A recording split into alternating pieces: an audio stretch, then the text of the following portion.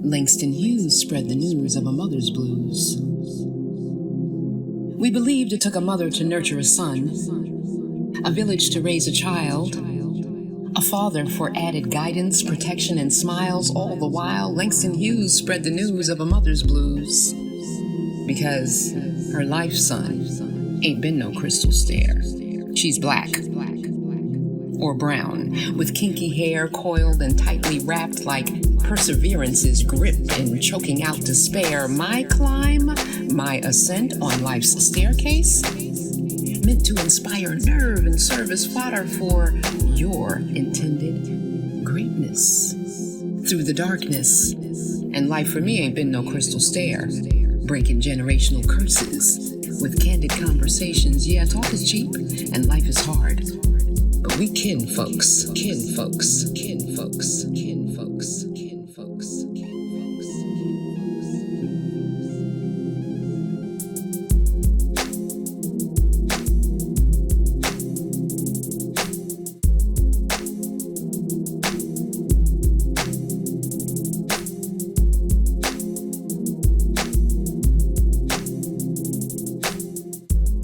For a birthday present, when he was 3, I gave my son, Hannibal, an elephant. He gave me Rome for Mother's Day. Welcome to Kinfolks, everyone. That was an excerpt from Nikki Giovanni's Ego Tripping, one of my favorite poems of hers. Sadly, we lost Ms. Giovanni not too long ago. Nikki Giovanni was, I believe, 81 years old. She was a poet, an educator, an activist, an unapologetic black woman. And I just like to pay homage and say that thank you, Nikki, for everything that you have contributed. Your legacy lives on through all of us. Welcome to Kinfolks. I am Monique, the mommy and the host of Kinfolks, and we are here in the womb. That's what we call it. This is the womb. This is where conversations birth bonding and dialogue and connections. And, you know, a lot of rappers say they in the lab. Well, we in the womb, honey. We giving birth to some wonderful things here. And I invite you all to continue to tune in, follow, subscribe. We need your support. But today, I have the pleasure of welcoming 2 new guests, Monique McCoy and her son, Quan Otis. Did I say that right? Yes. Do you want me to say your whole name, or is Quan okay? Quan's fine. Okay, that's what those of us who know and love him call him. So we're going to go with that this evening, okay? Or this morning, whatever time of day it is that you're checking this out. So I'd like to welcome them both to the show, and I want to give you a little bit of information. This isn't someone who a person referred to me. This is a personal friend, someone that I know well. We have been friends longer than some of you have been living, and definitely longer than some of you have been with your boo. About 35 years, that is. We've been friends through 2 states. We lived near each other in Queens, New York, and then later in life in North Carolina, with her originally living in Gastonia and me in Charlotte. But now she joins me also living in Charlotte. We've experienced a lot of joys and some sorrows in our friendship and our lives together. We have a friend in common that brought us together. Her name is Pam. Shout out to Pam. Mm-hmm. And in 1992, Monique, and Pam, I hope you're watching, Pam, we were all pregnant at the same time. We were the 3 musketeers with bellies. And we all had babies in or around 1992. Our pregnancies were a few months off from each other. So Pam had her baby first. August. In August. Then I had my baby. Wow, you remember that? I do. Wow. Okay, so This is going to be fun, y'all. Don't go anywhere. Don't scroll. Don't navigate away. It's going to be candid. It's going to be real. It's going to be fun. It's going to be what sisters do when we love each other and we don't get to spend the amount of time together that we need. It'll be me reaching probably for more than one tissue because I'm already excited. So yes, August 1992, Pam had her son. September 1992, I had my son. December 1992, Monique, we call her Mo. She calls me Mo too. I'm El Monique. She's Monique. So y'all just try to keep up. But in December, so that was a really interesting and joyous experience. Most people share their pregnancy with others who are not also experiencing pregnancy. They don't have their two best friends also pregnant at the same time. I know we didn't make a pact or anything. This was just surprising. And Mo's pregnancy really shocked both of us. I want to tell you that in case we never did. But we're like, what? Get out of here. So, yes. And today she is joining us with her son, Quan. And we're going to talk a little bit about that. This is a woman that I don't just love, but respect and admire. And one of the things I admire about her is her strength. Well, it's already happening. And I'm going to say that because she is a survivor of a few things that I don't think I would ever have the strength to. Oh, God. All right. Wait, just...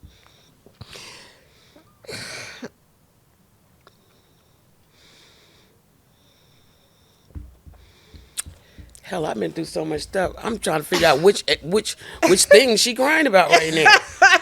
Oh yeah. Okay, it's a lot, y'all. Life it's a lot. Is not easy. And life isn't easy. And many of you have different adages and things that you do for your mental health and wellness, and things that some of us have been brought up hearing that are supposed to help us get through challenging moments. One of those things is if he brings you to it, he'll bring you through it. I have heard that. When I think about some of what this woman has overcome in her life, if that works for you, that's wonderful, but I know it wouldn't work for me. I know what I'm prepared for, and I know what I'm not prepared for in my life. And because of that, there's an admiration that I'm always going to have for you as a friend, as a mother, as a Black woman. And I want to thank you for being here today. Thank you. Okay. Thank you. So we're going to get it started. I got my tissue. I'm going to try to keep myself composed through all of this. But I did promise you that what I wouldn't do was pretend that I'm not human. And that means when I feel emotional, there'll be no more, cut that, edit that out, conversations. And what Kinfolk is all about is about being human. And that means that, yeah, some shit hurts, and sometimes you feel emotional. I've cried because I'm happy. It's not always sadness. But I think we need more moments to be able to lean into our humanity. And when I look at where the world is headed, or at least where the U.S. seems to be headed, I think it's even more important. Draw any conclusion you want to draw from that. But I think it's even more important, especially as a person who walks in the skin of melanin and Blackness. It's so important that we connect with each other. We have conversations. We find unity anytime and any place we can with people who do look like us and people who don't look like us. And we lean into our humanity. And I aim to do that. So with that, I'd like to introduce you to Monique McCoy. And I'm going to get this party started. Are you ready? Ready. All right. Thank you for being here. I want to ask you, I told a little story about us being pregnant together. I want you to finish that story for our guest. Well, like Mo said, we were pregnant together, And I was probably the last person they thought was going to have a baby, but I did. And thank God I did. And I loved him. This is for Sean. That was my son. That was my oldest son. He actually was killed by a drunk driver in 2004. And that, I'm going to say, is the most unnatural thing you could ever experience, is losing a child, because that's not the way it's supposed to be. Children are supposed to bury their parents. Parents are not supposed to bury their children. That's just not the way it is. But you also have to be mindful that God does not make mistakes. And whether you understand what's going on in the moment or not, you have to hold on to that, because that is what happens. That is the truth of the matter. I'm going to say that was obviously the worst time. That was my worst day. So anything after that is going to be better, period. That's a given. That's a fact. And as you know, at the time, there was no law that would punish the person who killed him because he was just drunk at the time. Well, we changed all that, you know. I did go up to Albany every day that the government officials were there, the senators and the House representatives were there. I went up there every day that they were there until we passed a law that they now call Vashon's law. She ain't lying, y'all. Y'all No. can Google this. Yeah, not at all. I want to give a little context, Mo. Oh, go for it. This is what I remember, and I want you to correct me if I'm wrong about anything. At that time, we both lived in New York. The law in New York State, and there are a lot of stupid laws on the books, y'all, that you don't even think about until it impacts you personally. Yep. At that time, the law in New York State was such that if you, while you were under the influence as a motorist, okay, so you're driving your car, you're drunk, you're high on whatever, if you hit a person, you hurt them, you maim them, you even take their life, if you didn't break a traffic violation in doing it, you would only be charged with a DWI. And that means that at that time, you could have taken someone's life and end up with a fine or community service. Yeah, and not be charged with it. And that's actually no called involuntary manslaughter, none of that. That's actually called an element of criminal negligence. Had to be proven. And the judiciary in New York had deemed that to believe another traffic infraction. So yes, you're absolutely right on what was wrong with the law. So what we did, what we did was remove that from the penal code. And that now anybody who drives and kills somebody or seriously injures them in New York State is now charged with the crime of killing someone, because we removed that from the law, and that's what made it better. Now, to understand that happened... What's it called? What's the new law called? Vashon's law. Yeah. Yes, that is what it's called. It's a Class E felony. Yes, it is. Yes, it is. And it's only an E felony because there are there are levels of culpability when you deal with laws. So you have to understand that they need some place to go up from. So that's why we could only get it to an E felony. But the fact that it wasn't a felony at all to what was done in a matter of 5 months, because that's all it took to get this done, was somewhat remarkable at the time. Really? Yeah. I was there every day. Yeah, when they were there, I was there. You turned on the news? Yeah, I was there. It was Monique and there. Governor Pataki. Yeah, I was there. Okay. I was there. It was Pataki that was governor then, right? Pataki, that's right. That's right. Because what needed to be done, what God gave me to do about this, they didn't have an option but to do what needed to be done, period. They did not have an option. And, when I speak about God and what he gives you, in that, he gave me that fight to deal with my anger. Because remember, I started this right after he was killed. I started this, I went up there as soon as when he was killed. So I didn't get to mourn yet. But that's what God gave me that's what he gave me to do with my anger. And I needed that because that was part of me surviving. That and Quan. Okay. Because part of my story is this. When that happened, and we did everything that we needed to do as far as the law and the government and everything, a few years later, I moved to Carolina. And became a foster parent because I was not ready to stop parenting. I needed to love somebody.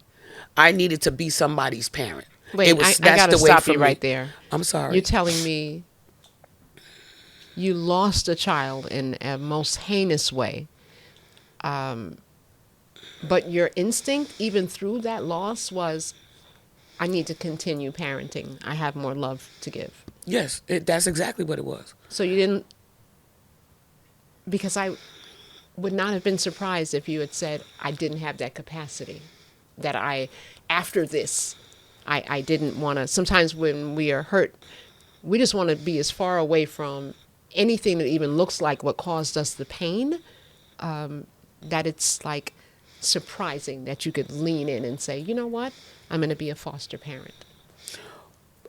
No, it didn't. It didn't deter me from being a parent because that was who I was. The love I had is in my spirit. It's in my soul. And I still needed to give that. Parenting was snatched away from me. I wasn't ready not to be a parent. I wasn't ready. Just like I wasn't ready to lose him, I was not ready to stop parenting. I needed to give that to somebody. And like I said, then we moved to North Carolina. I became a foster parent. And I'm going to back up for a second, just a little second, to understand that for me, God introduced me to Quan before I ever met him. And by that, I mean, I had a dream before I even moved to North Carolina. And in my dream, I was talking to a young man, taller than I was. Now, Vashawn, I think, would have been a little short because he was short. You know, he was kind of short. I think he would have been a shorty. But in the dream, I was talking to a young man that was tall. And he had on a Carolina blue sports jacket. Wow. And pants, right? You know, and what are those things called? Sweatbands on your head, you know? Yeah, headband. Yeah, the headbands that that athletes wear, right? And in the dream, although it wasn't said, I knew I was talking to my son. I knew this. Now, at the time, like I said, this was before I ever came to North Carolina, or pursued fostering, right? So in the dream at the time, I probably thought I was talking to Vashawn when he was older, Okay. right? But years later, after Quan and I connected, and I saw him in his uniform because he played just about every sport in his high school, I realized that is who God gave me. He showed me what to do with the rest of my life before I was even aware that there was going to be anything after that. So God gave me what I needed to survive, and our connection. And you know, I've always loved him from the bottom of my heart. I couldn't love this man any less if I would have gave birth to him, period. We have always fit. I feel like we've always connected. There's a lot of places in Carolina that I could have moved to. I could have moved to Charlotte. I could have moved anywhere. But I moved to Gastonia. If I had not moved there, we wouldn't have been connected. Because his story, and I'll let him tell his story, but part of his story is that he lost his mom to leukemia when he was 7. And he had an uncle, out of the goodness of his heart, and he and his wife took him and his other 4 siblings into their home so that they would not be separated. And they lived in Gastonia. Now, Quan, being who he is, my baby needs a little bit more attention than you could, he needs a little bit more one-on-one than they may have been able to give him with dealing with the 5 of them and their biological children. So, the long and the short is, Quan wound up getting placed into my home. And from the moment that I met him, we connected. He needed a mother's love, and I needed to love a son. And we just always have had what each other needed. And God is good in that way. All the time. God broke me. God broke me and didn't tell me at the time that he already had plans to fix me, to give me the healing that I needed, to give me what I needed to move on. Because when Vashawn was killed, I was broken. And if anybody out there has ever experienced losing a child, then they know exactly what I mean. That's a broken that will never be repaired. So talk to them. Well, what would you say to that parent who is experiencing that brokenness? I would say, Rest assured that God is good and he would not give you anything that you cannot handle. In this moment, you may not feel this way, but rest assured, you are broken and that part of you will never ever be fixed. But you will learn how to deal with the loss and go on because there's something else here for you. And you have to rest assured that God is going to give you what it is that you need. He's going to hold you up when you think that you can't stand at all. But just, you have to have faith. You have to have courage. You have to be intelligent about it. You don't get angry and then go out and do something that doesn't make any sense. Wait. You weren't angry? Oh, yeah, I was angry. I took my anger to Albany.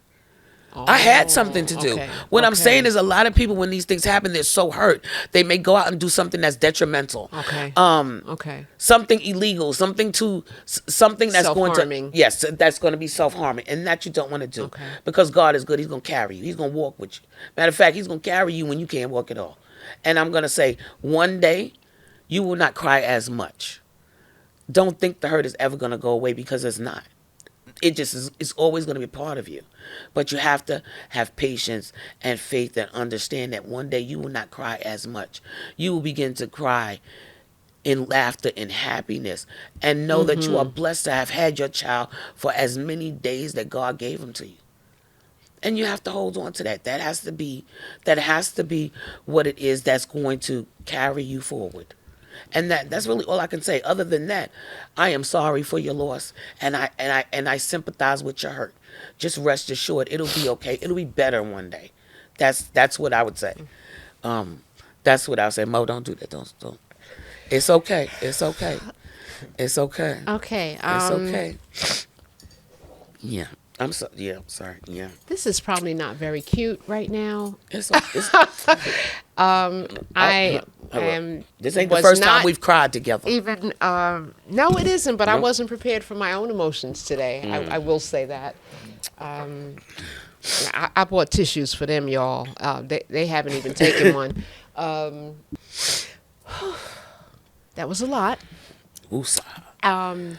Yes. And for me personally, I'm going to say it's even more because I was there. Pam and I helped with petitions to get that law changed. I ended up in a You sure did. dean's office meeting because I was in school at the time and I was doing that. Forget about my paper. Look, I need you to put your name on this. This is what happened.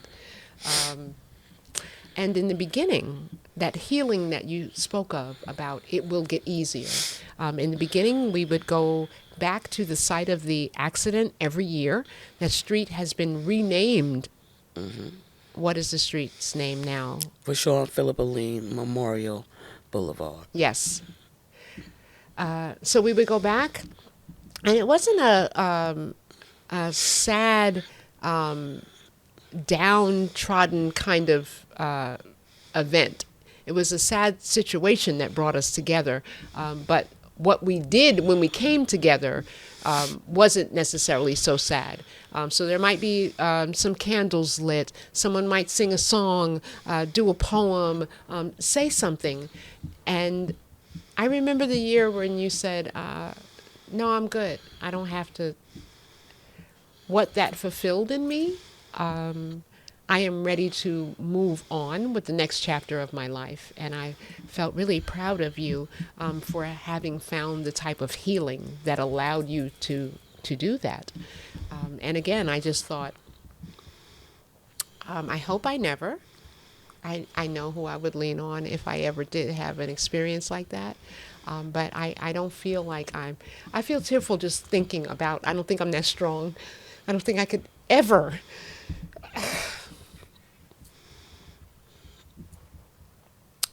I'm glad that you have, I really just need a break for a minute. Okay. She went through this with me. She was there. She was there. We did the memorial that she's talking about for 11 years. He was killed when he was 11. Matter of fact, he'd be 32 on Monday. Would have been his 32nd birthday this Monday, coming the 16th. But she went through the whole thing with me. I'm sorry. I know that you are composed and I am back there all over again. And I just need a minute. This was a really hard time in our lives, and No, you know what? okay, all right.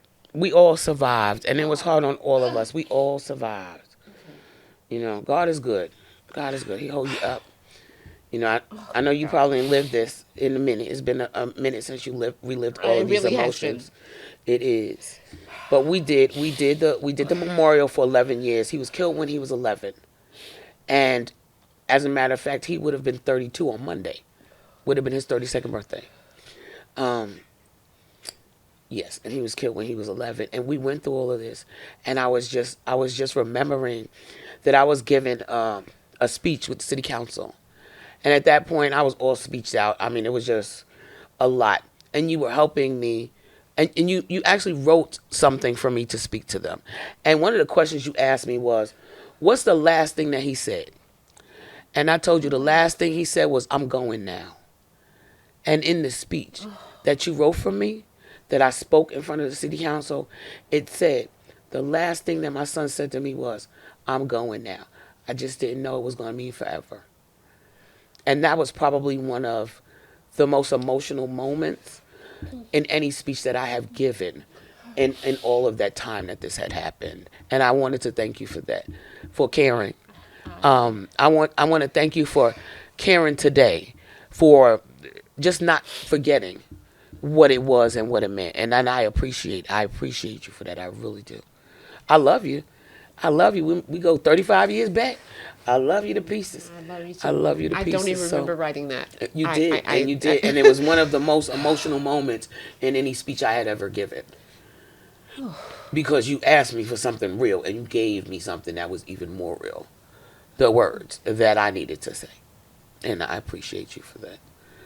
We are back. Or maybe we never left. I'm not really sure. Let me get my cards, okay? Let me just stay on script. So, I want to segue into all the love that you still had in your heart, the dream that you had when you realized this isn't Vashon as an older child. This is the child that I'm going to end up with. This is the vessel that I'm going to have the opportunity to pour into, to love, to support. In fact, don't even answer that because I probably will start crying all over again. So I'm going to Quan, hoping that he doesn't give a response that gets me to grabbing tissues. Yes. Meeting, connecting, what was that like for you? At first it was a little different, you know. How old were you? 14, going on 15. Yeah, 14 Oh, going on okay. 15. So you're old enough to really Understand, be grasp able the to situation, like I know what's going on. December 4th. Yeah, it was a little different at first, you know, just not knowing, you know what I'm saying, her as a woman, knowing her as a person, like, you know what I'm saying, I don't really know, like, what's going on, like, but first impression, first thought. You you see her and you think what? Yeah. person, the spot. That's why you got a teacup, because we had First impression, she was, I don't know, I just felt it was kind of like uneasy or like uncomfortable. Like I said, it was the unknown for me. But very nice, very like, seemed like, you know what I'm saying, not even gonna seem like is caring. But then it was a seem like because you didn't really know her. Yeah. Okay. And as the days went by, you know what I'm saying, just getting a little comfortable, far as just talking to her, or she listening, you know what I'm saying, listening to me, or, you know, waiting for like not even gonna say like waiting for a response, but me just like not knowing like how to push my boundaries, or not knowing like, can I talk to her about this, or can I, you know what I'm saying? Okay. Just being uneasy, unsettled. But I would say, I guess to say like scary, uncomfortable for real, the first impression. But it was good. Okay. As far as going in time, it was good. It turned out good. So you said you were a little uncomfortable. So I want to fast forward. You may or may not be at that point where you're feeling a little uncomfortable any longer. What would you say is the most difficult conversation that you've ever had to have with your mom? Might have taken you a while to work yourself up to it. You might have felt a little nervous. May have even spoken to someone else first. Like, what was that conversation? About when I was transitioning out the military. Just far as like me thinking like she gonna be disappointed. You know what I'm saying? Because I didn't finish the thing that I said I was gonna do. Tell us, what was that thing? Just far as like ranking wise. You said military. Military, yes. You were involved in the military? Yes, the Navy. Oh, when I was getting out the Navy. But yeah, it was just, I don't know, just being uncomfortable. Like white suit, cute little hat, Navy? Navy. Okay. Yeah. Sure enough, you look good in that uniform. Yes, you did. So that was probably the, I don't even really say like uncomfortable, but I would just think just me disappointing her. That would be like the reason. But anytime like now, like I can talk to her about any and everything. So for the military, was it you making the decision that you didn't want to stay? Yeah. Like what was... Just me going like the reason like why I was getting out or why I was, you know what I'm saying, like my transition out, because in my head I was thinking like I'm sick of this, like I'm tired of it, like you know what I'm saying, I want to do something else, and I kind of like just sped the process up. Okay. So doing that, like once I was actually out, then I was just like, hey man, I gotta tell you something, like I'm not in the military no more. Like I had was already planning on, you know what I'm saying, what I was doing next, but I just waited, you know what I'm saying, until I figured out what I was going to do, because I already know what her next question was, like, all right, what's your plan, like what's next? So I wanted to get Sounds very Mo. Yeah, so I wanted to get everything like in order, you know what I'm saying, before I came and told her like, all right, Mom, well this happened, but now, you know what I'm saying, I'm doing this, that, and the third. So when you say you were transitioning out of the military, just for my own edification and for our guest, does that mean you had completed, I know you do basic training, there's some time after that, and then you can, okay, I'm good. Yeah. Or re-enlist. Is it called re-enlisting at that point? Okay, and you can stay in and decide you're going to have a career in the military. There are other ways people can leave. They can be dishonorably discharged. They can, something can happen. It can be an honorable discharge, but where someone may be hurt or something. What was it for you when you say I was transitioning out of the military? What did that mean for you? For me, I mean, I don't have a problem with telling it, but in my head, I was thinking like, I'm tired, you know what I'm saying, I'm tired of this. So I started smoking. I started smoking weed. Okay. Had you finished basic training? Yeah, I had been in 6 years. I had been in 6 years already. Wow. So this wasn't any... No, this wasn't like... 3 months No. Oh, I had been in for some years, and I was just ready to make a change, and I wanted to speed up the process. So I had started smoking, and I was just like, I already know what I'm going to do. But I got an honorable discharge when I got out, so everything was good with that. But it was just, for me, it was just personal. I was like, you know what I'm saying, this ain't what I want. Like, I'm not finna be stuck in something that I'm not happy with. So I made that decision. I'm so happy. Did I make you feel like, when you told me, did you feel in any way, did I make you feel in any way that I was disappointed or anything? Because I know that that's not, if I did, that was not the intention. I would say because of the reason why, like, but just, you know what I'm saying, because of me smoking. Like, yeah, like, really, Quan? Like, I just like, yeah, like, you know what I'm saying? Like, but, this your reason for why you want to quit this? But at the end of the day, I can be honest with you. I can have a conversation. I can tell, like, how I'm feeling and, you know what I'm saying, what's going on. So we can have that conversation. We'll be testing that today. I think that's awesome.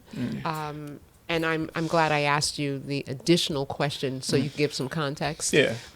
Because it's, from what you said, you were there for quite a while. You completed all of your steps and made a conscious decision. And I think so many times what goes wrong in our relationships, in our communication, in our communities is not what we do, but not doing anything. There's not a conscious decision or a conversation that happens. And so to have the forethought as a young man to say, it's not really what I want to do with my life right now. And I know my mom is going to ask me what the plan is. So let me start preparing for what I think I want my life to be. I think that took a certain astute maturity to be able to do that. So I'm proud of you just for doing that. And I'm going to say that particularly during this time in history, I'm really glad you are no longer there. So I'm just leave that and we'll move on. So I asked you what was the most difficult conversation you ever had. You mentioned the military, but you also said that post that experience, there really haven't been any difficult conversations because she is easy to talk to. What about you, Mo?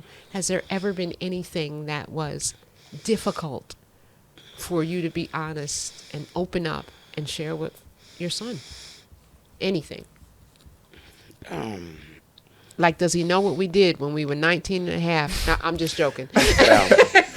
Well, actually, I'm not, but we're not going there. Yeah. You know, I'm actually gonna go down that road, and what I'm gonna say about Wait that a minute, is, Mo, this is my show. I got you. I don't want to be canceled. Oh, we were kids, y'all. No, yeah, just we were children and very young women True. who didn't always make the right decisions. Oh, okay. What you gonna say, Mo? I was just gonna say that as he was growing up in his teenage years, I often did share some of my experiences, our experiences, you know, the things that we went through when we were teenagers, to let him know he would never be getting over on me, because I probably already did what he did better. All right, so you said better. Yeah, exactly, Okay, and to let him know, you know, absolutely, Gen X people, and just to kind of let him know that, you know, I'm a human too. So I've done things considered dirt, and he did not, and that was all to foster a relationship with him where he understood that everybody makes mistakes, but I'm always going to have his back, regardless. Good, bad, indifferent. I'm always going to have his back. I don't care what it is. He's got to always just tell me the truth, so I know what I'm fighting for. She means it. Oh, yeah, absolutely. To the point where she cannot be completely objective when it comes to Quan. I just want to say, as her friend, she means that no matter true. what he does, have his back part. She means it. Yep. Fortunately, there hasn't really been anything that I'm going to say, I don't know about everyone else, but has been, there hasn't been anything that I can ever recall that has happened that has put your mom in a position to have to advocate for you the way we do our loved ones at times when we know deep down they're wrong, but you're just, that's my son and I'm gonna, you know, that hasn't been the case. It's been very joyous. I've heard a lot about it. My partner and I were foster parents before your mother. And she would ask us, you know, what is the journey like? What's the experience of fostering like? And I never told her this, but, you know, I was just like hating a little bit, okay, because we never got this, okay, just like never, okay. I mean, we had every worst case scenario child, and I would listen to her while I'm just like, you know, dealing with a kid who has broken all the lights around my house. You know that one. Or pushed my partner to the point where, thank goodness, she wasn't hurt. I mean, physically, you know, shoving. And then I'd have to hear, oh, well, Quan is just wonderful, and I don't have that problem. And and a little petty part of me would be like, really, Mo? You know, like, this doesn't happen. You know, this is not typical. But in loving her, he's always been that. He's always been kind, considerate, respectful, just a good person. He comes from great stock. I know his whole biological family too, but he comes from good stock. But he's always been everything that I would imagine that I would want. Always. Give me it. Yeah, I love him to pieces. But he's always been intelligent and ambitious and self-motivated. And I used to, you know, when he was in high school, for example, I said, you know, I'm an accountant. Math is my thing. I know numbers. Oh, you need help with that math homework? Nah, I got it. I'll figure it out. Always wanted to like do everything himself, and still does that now. At 30, does the same thing. I got it. I'm gonna work it out. If Quan comes to me with a problem, I do know that my son has exhausted all of his resources, Okay. But he also knows that I got him. So no matter what it is, when he come to me, I got him. And he knows that, and I'm glad he knows that. And that's real talk. You know, I got married twice since me and Quan been together. And each time before I got married, this is well, my last time. I'm in my second marriage. Don't want everybody to think I'm just, running around marrying people. But anyway, I told him right before my first marriage, I told him, I said, you know what? I said, he can come and go. I said, it's always going to be me and you. Didn't I tell you that? Always. So I'm the same thing when I got married to my husband there. And I've known him since I was 9 too. But still, it's always going to be me and him, period. This is my Your son. children are forever. This is me. Yeah, he is me. And he is me. Well, you're in the I right forgot place. what your question was. Actually, don't I'm even worry sorry. about it. So did I. I'm sorry. I didn't know what you said. And at Kinfolks, even though it's Kinfolks, the mother to son edition, for us, mother is really maternal. It is not about who has physically birthed a baby. We understand that in our families, and I use that word intentionally because for me, there are relatives and then there's family. Relatives you don't have any choice over. They just put on you because somebody had some unprotected sex one night, now there's you. But family is often chosen. And so having that and having that feeling of you're going to be here, everyone else will come and go. This is my son. For me, and I'm sure for your mom as well, how you came to be informs less upon who you are. So I don't care. I don't need to hear words like, well, biological this or that. This is your mother. Yeah, that's my mom. And that's how you relate to her. I have known you the moment you popped into her life and known how Monique received you. And it was my son. That's what it has always been. So that's who you've always been to me. I don't make any delineation because I think the value and how we cultivate relationships is much more important than if we're going to give a title like, is that biological? Is that whatever else? Something chosen. And in my own life, I know that sadly, often those relatives with the biological ties, the pain that they can often cause in our lives, all for something that we did not choose, but often want to exalt. You hear people going through horrible things. Well, that's your sister. Well, that's your mom, and you only get one, but it might not be healthy. And that's why we're here, because it's about having those conversations, nurturing healthy bonds. And this is how we do it. And sometimes it's a little uncomfortable in having those talks, but it's definitely necessary.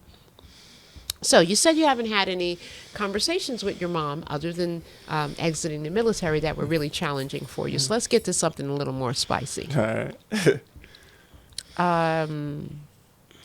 What, if anything, do you remember your mom telling you about... Let's see. I'm keeping in mind the age. Oh, he was fast. You can you ask the sex question. You go ahead. Okay, so yeah, he was there. Yeah. So when you met your mom, were you a virgin? No. Okay. Did she know that? Did I tell you that? No, I did not know that. I actually thought he was. I thought your first person, I'll tell you when we leave, but I thought your first person was your first date person.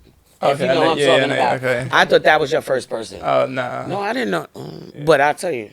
No, I'm not going to tell you. Because by the time, before Dimples he left on his blast, teenage y'all. years. This is what it looks like when a black man blushes. You see the dimples on blast right here? Before he left his teenage years, he was in double digits. That's how I. That's exactly how I look. Okay. But no, we did. So, What? okay. Go ahead. No, it was you. What you say? Your mother's blowing you up right now, so I'm going to try to keep it. No, you good. I was going to say, whatever wasn't comfortable, she did tell me one. I remember, I think we was at Walmart or something, and you was like, you don't condone it. But then she had gave me like a box of condoms. Like, I know, you know what I'm saying, I obviously know like what you're doing, but you know what I'm saying, I'm not going to condone it. Just be careful, protect yourself. Okay. So what was it she wasn't condoning? Me having sex. Okay. Like she knew. But she wanted you to be safe. Yeah. Okay. That's the reality of it. A lot How of times, old were that's you the reality. at that time?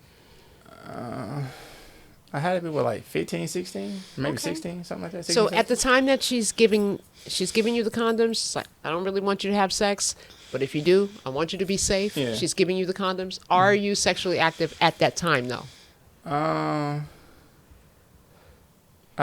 Probably, yeah. I think so, yeah. Did you tell her?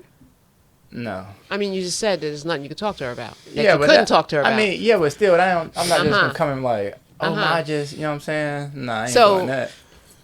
So you went from, so you lost your virginity, Mm-hmm. and even though you had a mom that you felt like you could tell her anything, you didn't tell her that. Yeah. Why not? Tell her why. I just ain't feel like, I don't know, she needs to know. Like, I know. I don't really know. I don't really know like what mom. You know what I'm saying? Just like, oh, you know what I'm saying? Like, you know what you're doing. I just hit it, and then I'm home now. No, I knew because he come home and he would go to bed. He go to sleep. I knew what was going on. He go to sleep. I know. He go right to So sleep. That's okay. you said, what mom? would just be I like, don't want to okay, misquote you, but what mom would just be okay with like.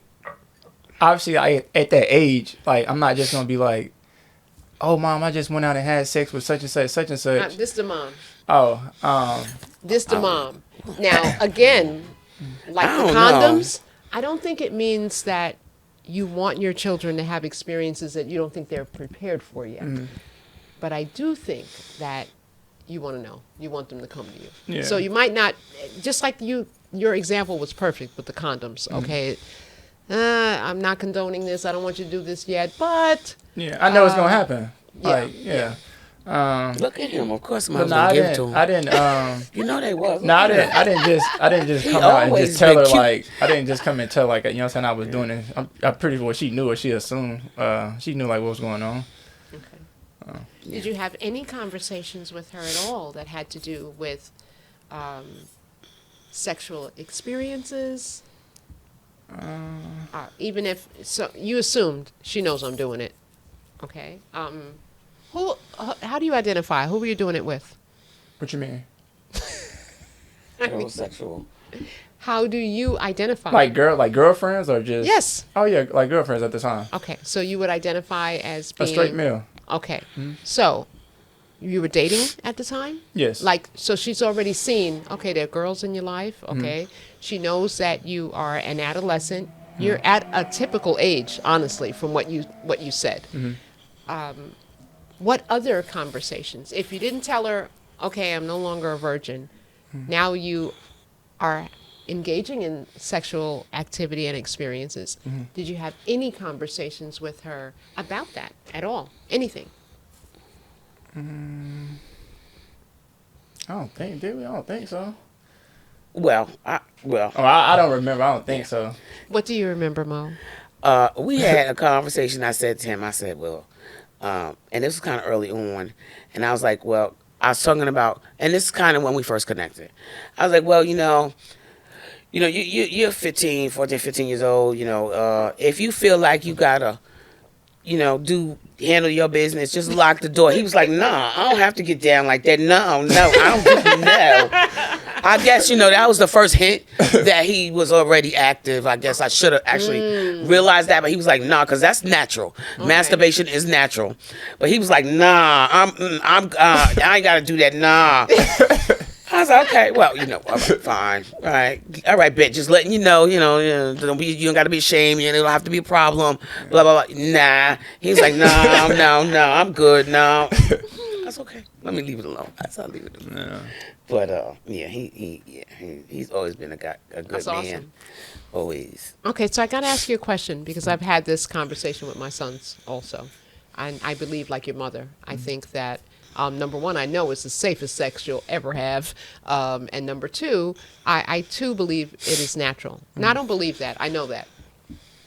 Intrauterine babies masturbate. They might not call it that, but there's no outside world to tell them that touching their own bodies is wrong or bad, and it feels good. Just Y'all try. See what I'm talking about.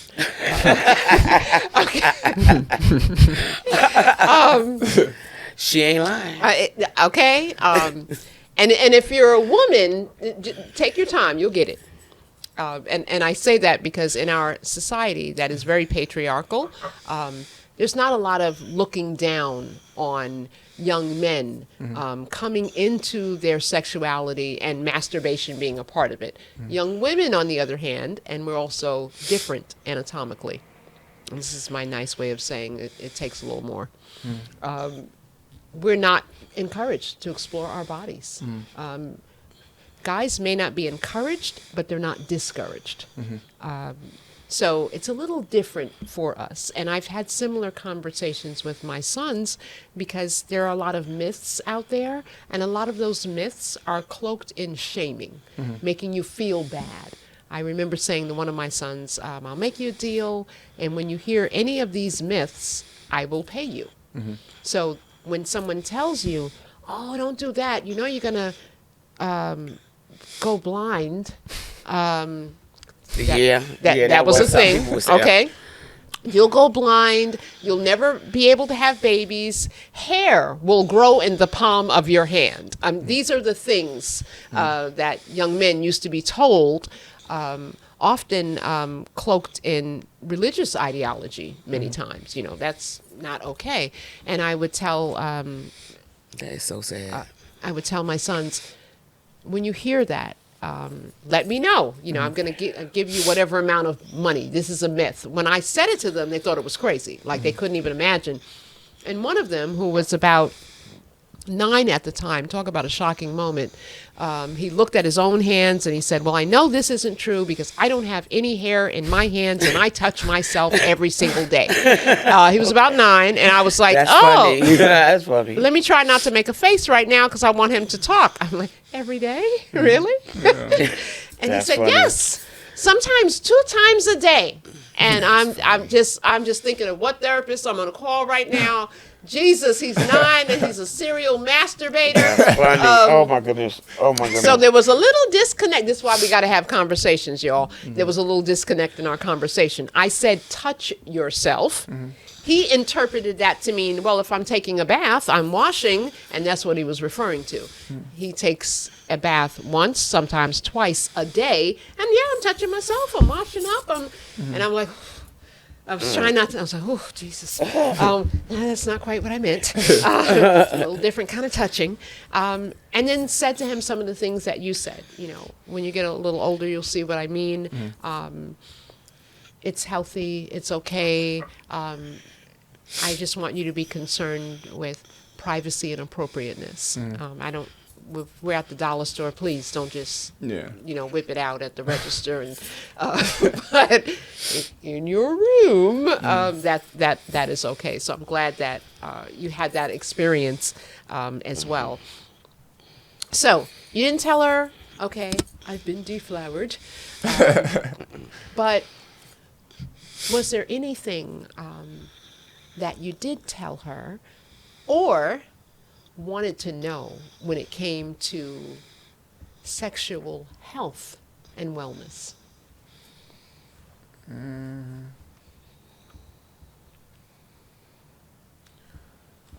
Anything I want to know? I would say not off the like the top of my head. Yeah, no, I don't think so. No. Where'd you get your information at the time? I got older brothers, so brothers, friends. Okay. And now that you are a more mature young man, when you think back to the information that your brothers and his friends were giving you, was it accurate and helpful, or? Yeah, Okay. I believe so. Okay. So, It wasn't nothing they told you and you said, damn, that's bullshit. Like years later, you said, oh, that was bullshit. Oh yeah, nah. Oh, okay. really? That's awesome. Tell me what they told you about HIV. If anything, did it ever come up? I don't know. I don't even think I had a question like that. It was just more a sense of like, just be careful. You know what I'm saying? Like who you like have sex with. You know what I'm saying? Just make sure you wrap yourself up and then just go get tested. So, just stick to that. Y'all heard that? Wrap it up and go get tested. That's good enough. Okay. You been tested? Yeah, I get tested every 6 months. Oh, for real? Yeah. I don't play no type of game. See?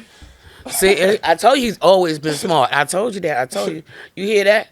You see how he look? He's getting tested. Y'all probably might want to do the same. Yeah. All right? Just be safe. Just be healthy though, you know what I'm saying? Even then Exactly. though, just, you know what I'm saying, your health, like, that ain't nothing to play with. That's right. I want to thank you both for being here and being so candid,